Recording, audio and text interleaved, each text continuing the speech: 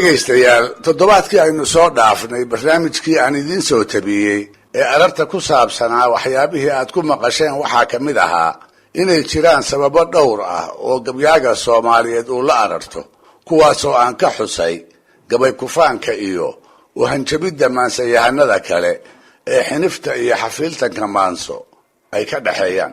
waataan idiin ballan qaaday inaan idinku jalbeebin doono maakubyo arrintaa ku saabsan.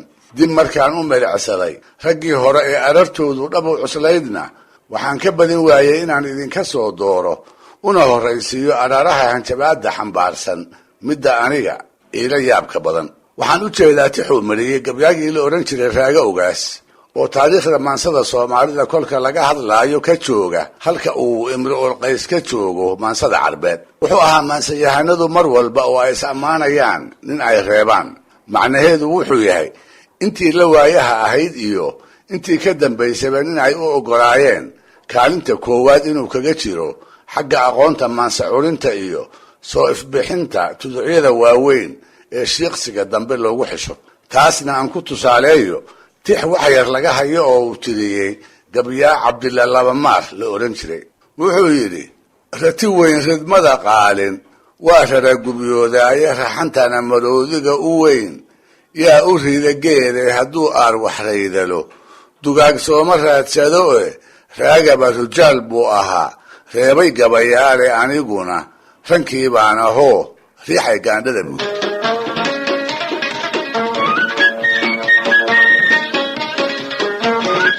cabdi maxamed awmagan cabdigalayax oo haddanba nooli waatuu isna gabayadiisa midkood ku sheegay hadduu Raage waayadiisii inta gabayda uu bahaldilahooda ahaa in isaguna kuwa dambe ee ay isku gadaha yihiin uu waayeelkooda yahay. waa kii odhan jiray waddamadase Raagaba kol buu ugu wardheeraaye anna wiilashaan haatan kacay wuu ugu weynahay. sidoo kale allah u naxariistay Cali Cilmi Afyare oo ka mid ahaa maansayahanadii dalweynaha Soomaalida qarnigii 20aad sida weyn loo dhagaysan jiray. waxaa isagana laga hayaa arar uu ugu gogol dhigayay masafo wadani ah oo uu tiriyey 1967 taasoo uu cadkooda ugu ogolaaday qaar ka mid a maansayahanadii ka horreeyey ee gebyi ogaa isaga oo aan iloobin inuu magaca Raage u hormariyo.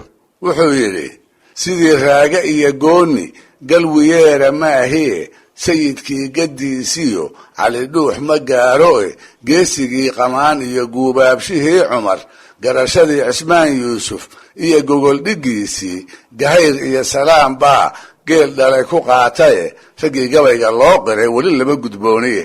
guun iyo ciroola hadal gabagabeeye nimaan guud cadda ahayn waa gababax kiisuye inkastoon ka guul helay guutooyin fara badan weli gaadahaan rabay geedaa ka laabanib.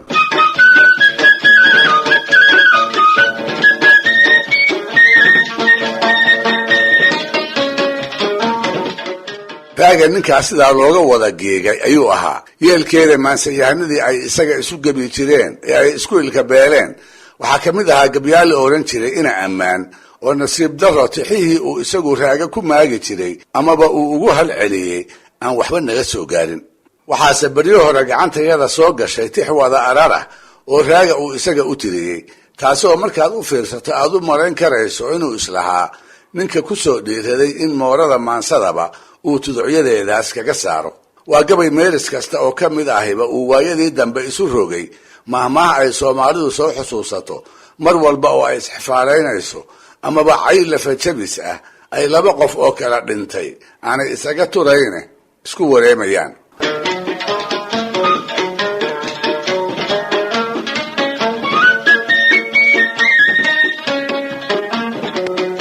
marka hore wuxuu ku masaynayaa baraarso iyo sar loogu hanqaltaagatoona aan lahaynoo abaar kastoo dhacda aan kolnaba hilibkiisa dheef laga jeeqaaqin.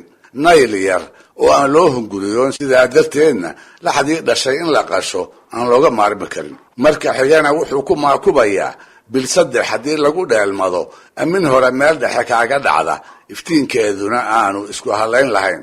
marka saddexaadna wuxuu kala mid dhigayaa baalka xunshada oo aan waxba lagu falin halka midka goroyadu haddii la safarsado uu xoolo badan gooyo. wuxuu yidhi bus xagaa dhulkoo boor ka kacay qaranka oo biisay barin doogla nayluhu gugay badalli rooraane lag baruur leh bawdiya shanshiya bari hadduu waayo barcar habartii loo kama furto oo gowrac kama baajo bil saddexi garabtii hadday reera kaa bixiso barbarkaad u jeediyo iftiin beele kuma geyso inkastoo la baambuuniyo oo baayac lagu doono bisinka iyo karaamada haddii loo buraanburiyo baal xuunsho beec iyo gorgoro beese kuma gooya.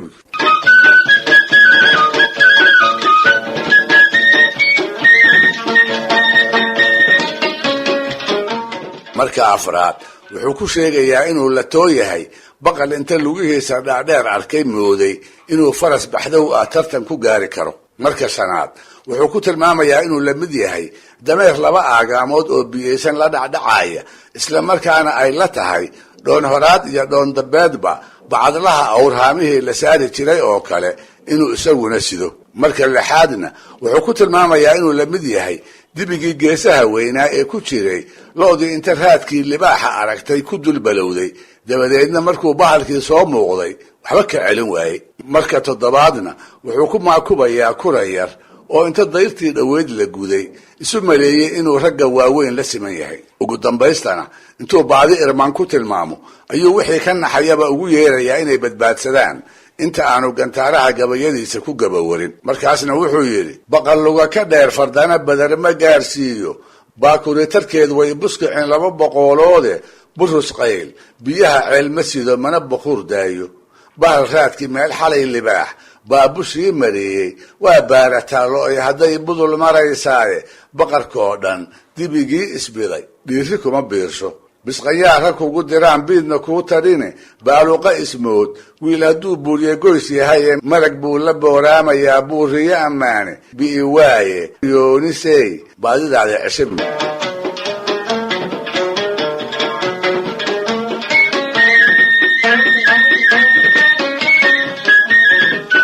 dhegaystayaal barnaamijkii dhaqanka iyo hiduhu maanta halkaa inoo joogo.